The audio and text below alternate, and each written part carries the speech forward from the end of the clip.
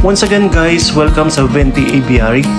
So today's video, kukunin na natin yung itlog ng ating mga ekle. Sayang din kasi, so dalawa ang fertile.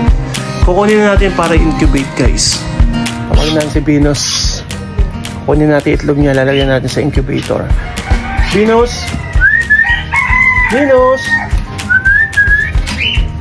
Tabas! Ito na yan itong boses guys. Venus! Venus!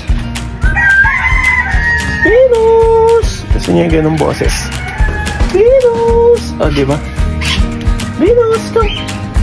Venus! So, Venus! Come, come, come! Come, Venus!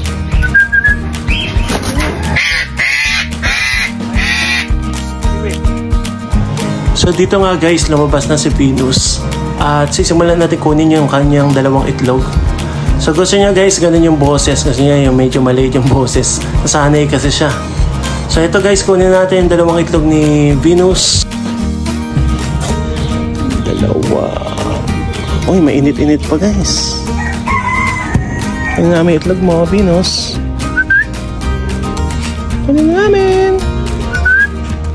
So dadalhin na natin to guys sa incubator. At bago natin ito ilagay, iilawan muna natin sila. So napakaganda ng kulay guys. Kitang-kitang fertile sila. So sana guys ito ay magtuloy-tuloy. Yan ang una at pangalawang itlog. Ilalagay na natin. Sa incubator natin ay sinauna pa. So ilang taon na po nakalipas.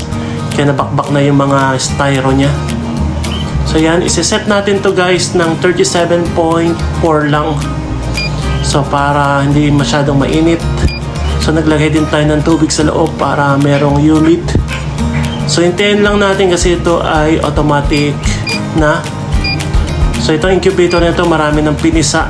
Ilang ekle na rin na itlog ang napisa dito. Lalagyan natin ito ng iwasang masagi kasi minsan syempre dahil ito yung bodega, so baka masagi. So yan, so hintayin lang natin siya mag-settle para tuloy-tuloy na yung ating pag-i-incubate ng itlog ng eclectus natin. So hintayin lang natin guys mapisa yung mga itlog na ito. Babalitaan ko kayo guys. So salamat sa panonood. So hanggang dito na muna ang ating video.